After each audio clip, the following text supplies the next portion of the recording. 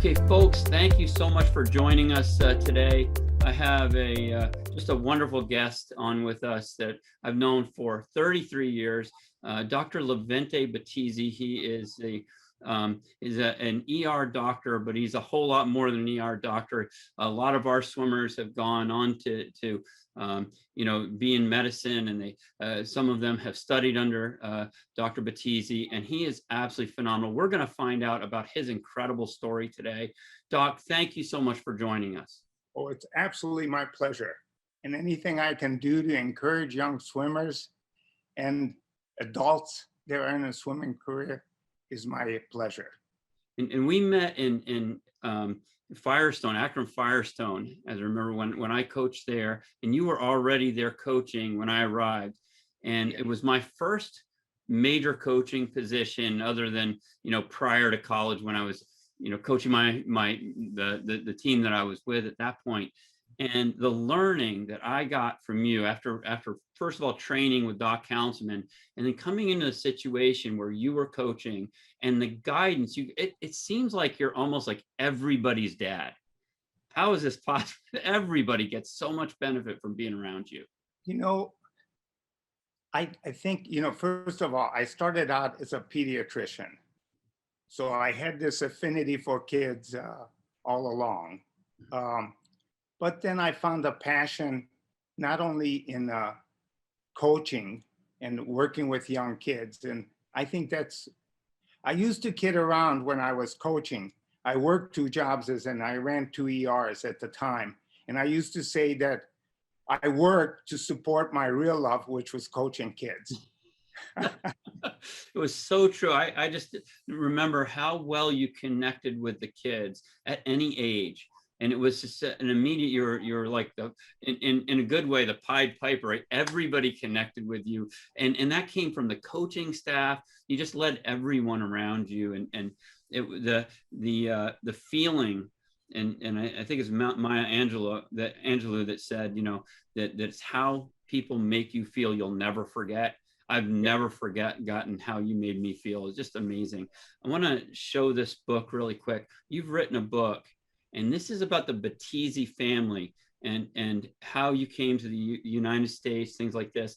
This, from everything that I can tell you, is if you've seen The Sound of Music, it's like a preliminary to what's going to happen here. This is an unbelievably amazing story, and how your whole family came over, and you had, what was it, 9 swimmers? Is that correct? That's correct. In the family. Oh my gosh. So we've got to hear all about this. I'm so excited. Folks, if you haven't gotten this story, it's called The Biggest Hole in the Iron Curtain. I think you can get it on Amazon. Yes. And if you're a swimmer in the swimming world, and even if you're not, this is a phenomenal story. I remember the portion of where your dad is that right? He just kind of dove off a bridge or something like this to get over here. Yeah. So in 1950, so Hungary, after World War II, was occupied by the Soviet Union. And so in 1956, 10 years after the end of World War II, Hungary wanted to break away from the occupation, and a revolution broke out in Hungary. In the post-World War II era, during the Soviet occupation of Hungary, there was a ceiling in terms of being able to become entrepreneur. There was a ceiling in terms of, and there was, because my family came from a wealthy family years before I was born. Mm-hmm. Right. But we were ostracized, and there was a blacklisted, and so when the revolution broke out, my dad became involved in the revolution. And because of that, when the revolution failed, he felt the need that we needed to escape because retribution would follow. Right. And so, that's what led my father to escape to Austria. He actually, in the book, it chronicles the journey. The day that Russia reinvaded Hungary during the revolution, my dad escaped to Austria to try to get some help from the West, which didn't happen. Then he returned and infiltrated back into the to Hungary and to get the kids and a family. And then we made our final escape to Austria. How old were you at that time? I was 10 years old. So you remember this very clearly. Oh, well, you know, it's the pivotal event of my life. Right. It's right. That right. And it's like a tattoo forever. Yeah, yeah. Wow. That to me, I always look at the great Americans are the ones that came here risking everything. And you know, and not necessarily ones that were just born here, but the ones that gave everything to come here. And you were that type of family that did. And there's so much to risk. Yeah. And you still Well, did it. you know, we escaped with 11 kids and nothing Wow. to Wow. save life. Which is a lot tougher than with no kids and nothing, right? Right, right. Because you've got to feed them. Yeah, exactly, exactly. Wow. It just and this goes on from there. That's the start. Yes. This story is so phenomenal, and you're going to see the toughness, folks, that has come along, and this incredible ability to be productive, and you know where the swimming came in and things like this. It's just phenomenal. We're going to just find out a little bit about your beginnings, and how you got started in swimming, Doc. So I got started. I have to say it's serendipity. So my dad always believed that sports were important for a healthy lifestyle. And, you know, at the time we came to this country, we had 11 kids. And so my dad used to take us to open swim at the YMCA in Massillon, Ohio. And one day the lifeguard was also an assistant coach and said, you know, we have a swim team, because my dad would line us up and we would make us, you know, compete against each other. And he says, you know, if you like doing that, right? If you like doing that, come join the swim team. Yeah, I mean, it was a little recruiting for him. Right. But so the very next day, my dad went down and signed us all up. And all of a sudden, the swim team grew by, you know, doubled in size. And so, you know, we were okay. We weren't good swimmers, but we were adequate. Mm-hmm. And that launched the swimming career. And I have to tell you, John, other than when I had the flu, I never missed a swim practice. Oh, I totally believe that. I know you. So that's how we got started. We went from Massillon, YMCA, then we moved to Columbus, Ohio, and there we joined a club team and gradually got sucked into, back then it was called AAU swimming instead of USS. And then when we moved to Nashville, Tennessee, after my dad finished his residency, then we became more serious. We joined a club called the Swimmer and Son Cabana Club. And we again doubled the size of the swim team. By then, we were pretty good.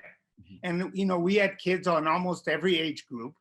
We had 9 of us swimming out of the 13 kids by that time that my parents had. And, you know, it's the first time that we were, you know, working out in a 50-meter pool outside.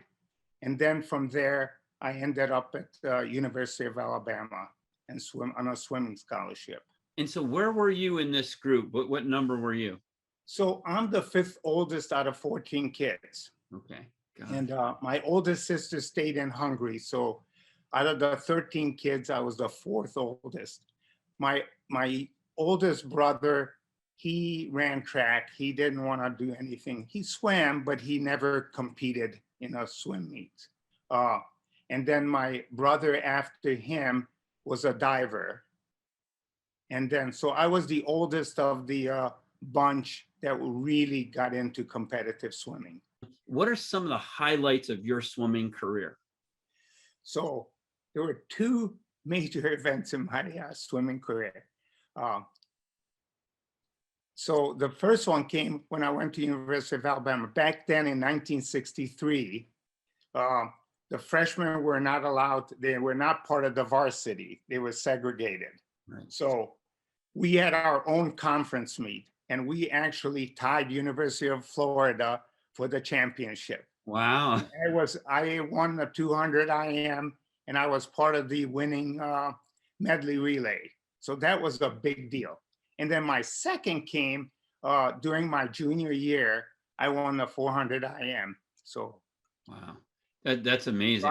was Southeastern Conference champ. Who was the I have coach to back say then? this. Pardon? Who was the coach back then of Alabama? John Foster. Got it. Got it. So that that predated. So I have to be honest. I mean, I look at my swim career, and I'm very candid in my book. If anybody gets a chance to read it, I was a good swimmer. I was not a great swimmer. You know, when you're young, you always think that you might make it to Olympic trials and all. I was very close, Mhm. but you know, it worked out. I went to University of Alabama before it became, you know, a powerhouse. Right after, a couple years after I left, there was a recruitment that, you know, that brought in some phenomenal, outstanding, world-class, you know, swimmers. Our team usually got second in the Southeastern Conference behind University of Florida. Right. We were good. We were not great. Some of our swimmers made it to NCAA, Mhm. but you know, it was a great career, and I was fortunate enough to have a swimming scholarship there. Mhm. And one of my siblings followed me to University of Alabama on swimming scholarship.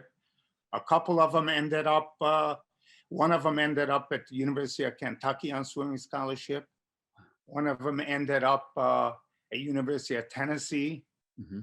So we, at one time, we had 5 kids on swimming And scholarships. I can't imagine how important the swimming scholarship is in that size family. Yes, yes. I know it was for our family, and we had a, you know, small family compared to you guys. It must have been really important. And so did everyone in your family more or less have that type of work ethic that you have? Because you're what, you're still working now and Yeah, still right ahead of an emergency yeah, department, right? Wow. yeah. I'm 74 years old, still working. In fact, I worked till I left work at 2:30 in the morning. Wow. I got a feeling that you're just getting warmed up too, Doc. It's Wow. all wonderful. I don't think that there's anybody that I've ever met that has more energy than you. My mom will be right up in that same area, but you just got so much energy. You just go, go, go, and you don't I've been stop. blessed. I've been blessed. Yes, you have. So, and so, how did your experience in swimming, do you feel, impacted your future career in medicine? So I have to be honest, you know, my dad drilled in, you know, a strong work ethics and dedication to the task equals success. And swimming cemented that in. Mm, You know, knowing that when I got to you know, and I worked hard, it reaped its own reward and spilled over to my scholastics at school and spilled over later on into work. I just learned that, you know, if you work hard, you listen to your coach, mm. you know, good things will happen. And I think that has carried me through life. You can't sit back and let other people do the work for you. Right, right, right. And I remember you got a great wife too. And Yes, right, and that's that important. If you're married and you have a wife that's supportive, that's everything. it That's is, isn't it? oh, absolutely. Right. Absolutely. You have to have a partner. Looking at this, just kind of backing up for a second and kind of overlooking your idea of swimming. What does swimming generally, is there a way to describe what it means to you? So, you know, it meant different things at different stage of my life. So, you know, when you're a young swimmer, you know, all my friends and, you know, it was like a second family, you know, and that became kind of almost defined who I was. I mean, yes, I was a good student, but you know, my whole life centered on swim team practice, going to swim meets, and you know, and meeting, you know, being with my friends, and we shared, you know, the common bond of working hard and the successes and failures. Now, as an adult and having gone through all that and going through the various stages of you know, swimming career and Now it's my release. It's my stress release. Um, Been Swimming, a lifetime for you. yeah. So I went from swimming as an athlete, through the various stages, including college. Then there was a hiatus where, I was doing a residency and my kids were born. Then I got back into swimming as I was coaching and watching my kids go through and living. And I always worked out a little bit, with it and trying to stay in shape. And then and watch my grandkids go through their swimming careers. And then now I am back to master swimming. And also I swim the senior games, which is senior games is nice because it's not quite as competitive as the masters, and you can achieve things, and it allows people like me, because of my crazy life schedule and because most of my competitors now are retired, so they can focus if they're competing on just swimming. I'm still working. That gives them a chance against you. I'm decent. I'm good. Again, I'm not great, but I'm good. I'm very competitive and I enjoy it. I meet some wonderful people. And the nice thing about swimming and competing at this age, you've learned that it's not about whether you win, it's trying to be the best you can be that day. Right. And as you age after a certain year, what you do working out is you're going to get slower, and it's trying to beat the rate of decline. Yeah. So I don't want to decline as fast as, so I'm trying to beat the age. And it's wonderful though. It's wonderful if you get to realize that and understand, what you really, so I go and I compete and I really enjoy it. Wow. And the workout, I don't work out with a club because my schedule is so crazy, right, and it constantly changes. I just can't. But I've never minded working out alone. I set my goals and I do my thing, and then I go to meets and I get to be with friends and stuff, and it's wonderful.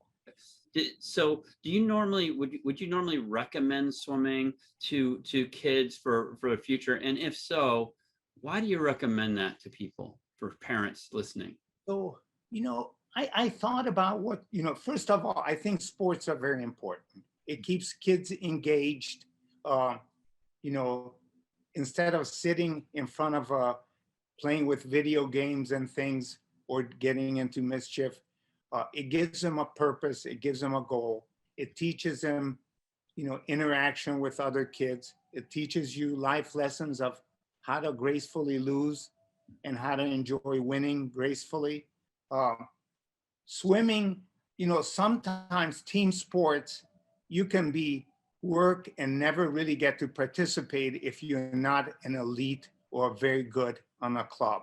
And what happens is you sit on a bench or you sit on the sidelines watching your team, and but swimming, you get to, even if you're not the best on your team, you still get to swim and do your events. And I think it allows you, there's a discipline that comes from swimming. I've watched kids, and my grandsons played soccer. That was their sport. And I watched them, some of the kids just stood there on the field. In swimming, you can't stop or you sink. You got to keep moving. It's not like some of the sports where you can say, oh, I played soccer, and you watch them. And really, there was a couple kids that ran up and down the field and got a good workout. And the rest of them stood around, the ball went past them, and they never got fully engaged. Whereas in swimming, you can't do that. You work out, and I think that it teaches you discipline. And I know that, when I was in college, some of my best GPAs during college was while we were swimming, and you had to take a break, right, because you learn to discipline and learn to time management.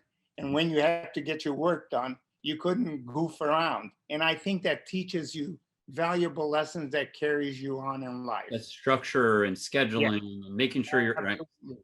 And Absolutely. so with that, when you look at the benefits, and you see that when we look at the members that are important in our community, I look at everybody. Yeah. Whether Well, you're the fastest swimmer or the slowest swimmer, it isn't an issue, right? no, no, you know, because I was not a great swimmer. But the irony is even great swimmers only are, the best for a short period of time. Everybody eventually, unless they quit at the very peak, and a few people can do that, eventually your time gets broken, somebody gets a little faster. So it's learning that, it's the best that you can be, not necessarily being the very best. Oh, that's And great. that's important. Right. The best that you can be in that, right? And everybody gets, because you and I have both been lifetime members of the swimming community.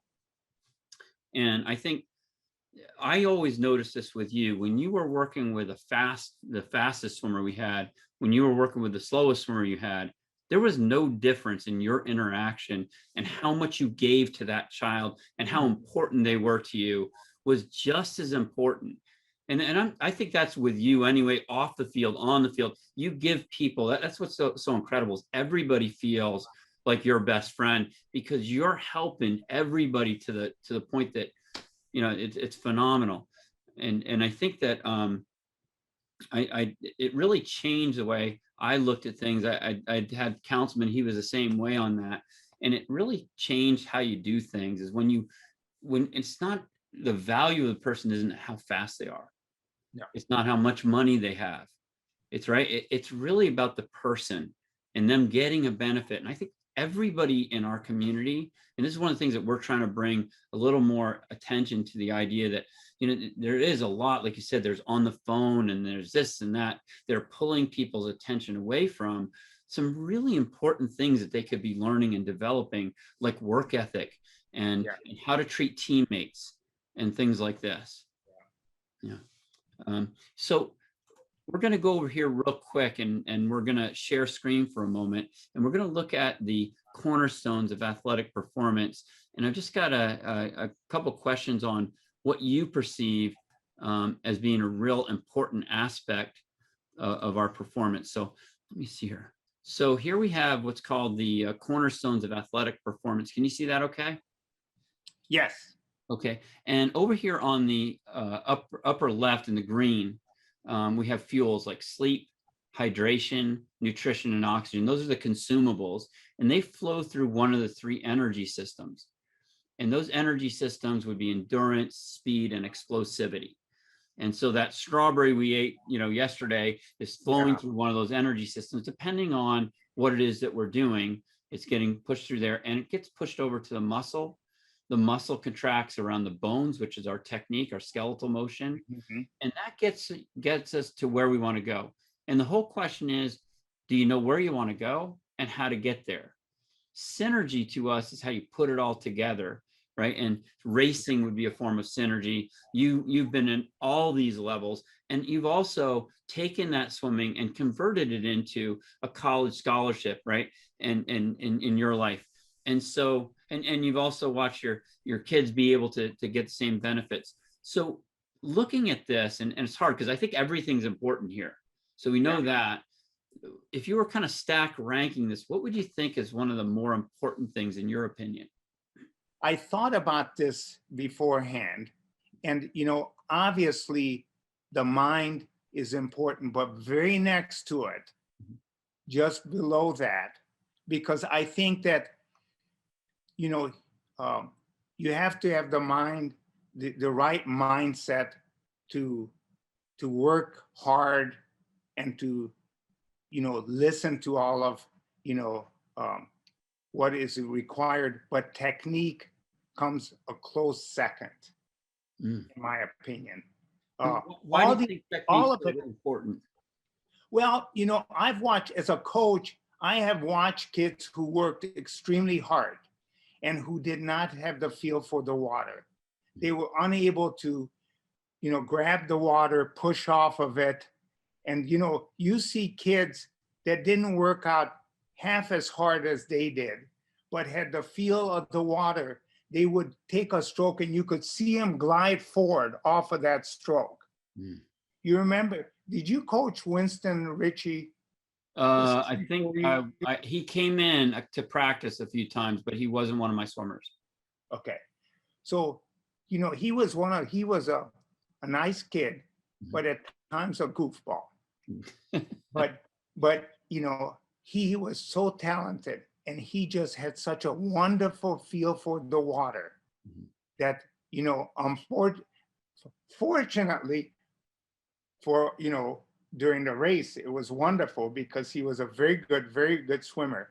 But sometimes during practice, he wasn't the best influence because he could be a goof off and still do very well. And you had kids who worked extremely hard who did not have the feel for the water. And unfortunately, back then, we didn't have fluid dynamics explaining all of this to kids that could see exactly, the technique. You try to talk to them, but it was not quite the same as visualizing it, in these. Right, right, and that makes a big difference. And I think just what you're saying with, inside our fast track where you have those presentations and you can see that animation of the water, it Mhm. changes the way you feel about how you swim. Yeah. Specifically from a standpoint of being able to look at how hydrodynamics works and things like that. And we can take a look at that. So I see technique is very important. I completely Right. I think you have to have the mind, because without having the focus and interesting story. I remember um, when I swam in Nashville before my senior year in high school. Um, we had a swim meet that we invited University of Indiana down. Doc Conselman came down and swam at and the team came down. And I don't know if you remember Chad Jastrzymski. You actually heard, he was my doctor.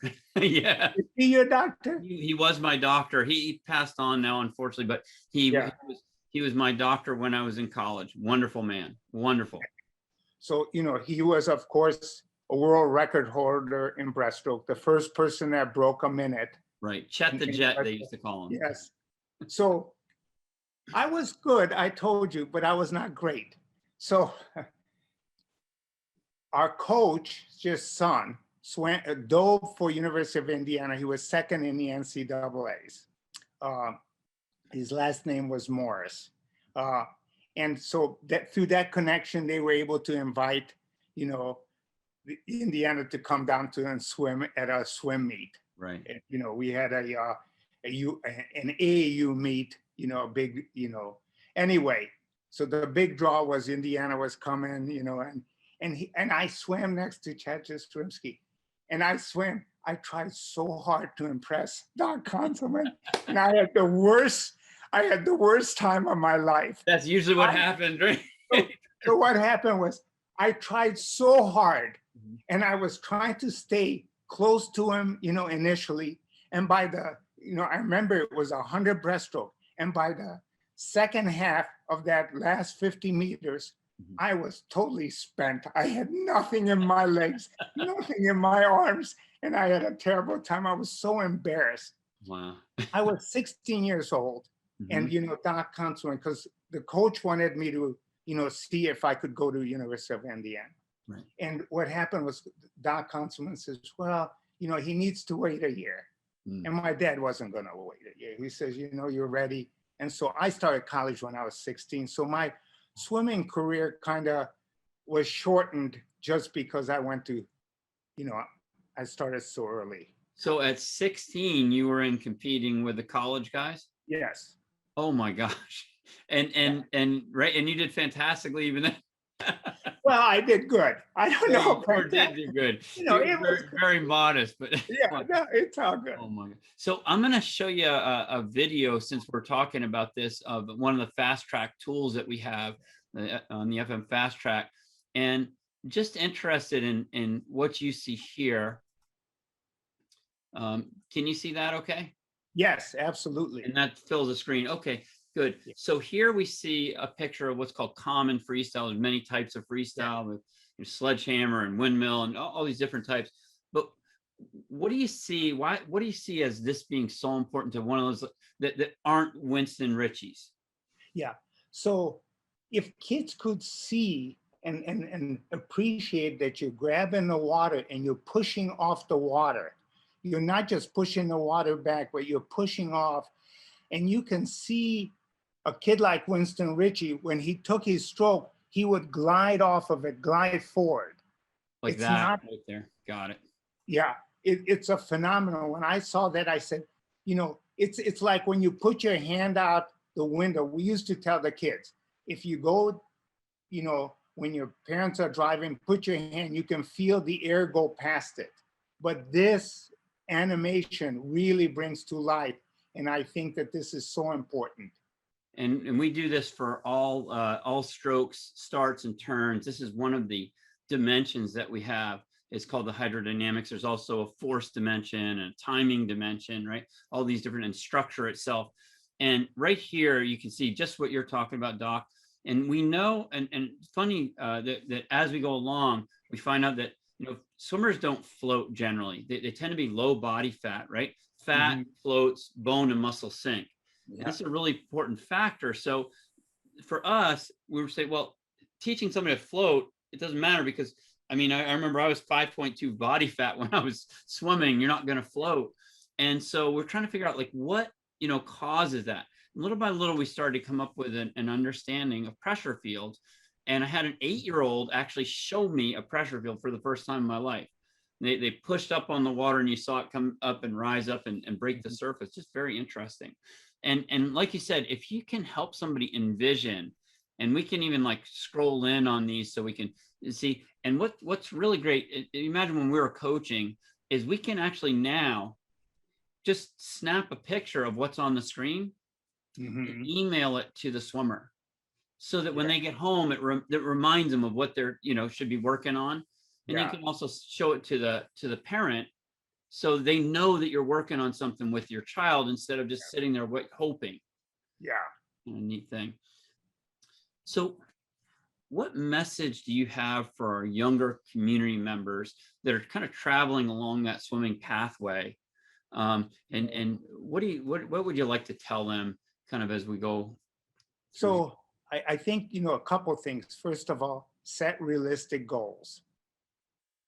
And remember that it's not about necessarily being number one, but as I mentioned before, being the best that you can be. Mm.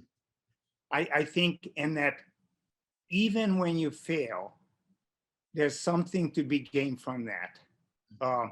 If you work hard, listen to your coach, you're gonna do, good things in swimming, and it will carry through your scholastics and later on in life. I think, goal setting and not being disappointed if you don't reach that goal, but remember to continue to work and strive and just be the very best that you can be. That is the life lesson. And that's coming from a man that gives great life lessons to all of us. And I think it's so true. If you don't meet your goal, remember, goal is a projection that you think you can do. And if you don't get it the first time, don't worry, just keep going, right? Yeah. And there's things you can adjust. There's the 5 steps of goal achievement, which is, right, decide what you want and then write it down. That gets your subconscious working for you. And then make a plan, right? It doesn't have to be a perfect plan. Make a plan that would make sense. Then run your plan. And then after you run the plan, evaluate and adjust your plan, rerun it. Keep going like that. You can change things little by little, you'll get there. So thank you so much for joining us. John, this was an absolute pleasure. I am so glad we reconnected. Me too. Thank you very much. And you do so much for the swimming community. I wish I would have had used the avatars when I was coaching. I know. Can you imagine if we had those back then? That would be incredible. Absolutely. I hope that anybody that hears this and stuff, gets as much value out of it as I think that it has to offer. Thank you so much. And don't forget, folks, pick up this wonderful book. the biggest hole in the Iron Curtain, and you'll get to learn their family history. It's Oh, phenomenal. before we quit, we were dubbed the world's swimmingest family. Oh, I forgot that. That's right. The That's world's right. swimmingest family. So if you're in the swimming community, you got to have this book for. Yeah, absolutely. Absolutely. All Yeah, right. it's fascinating. So thank you so much, Doc. Thank you, John. All right. Take care. Bye-bye.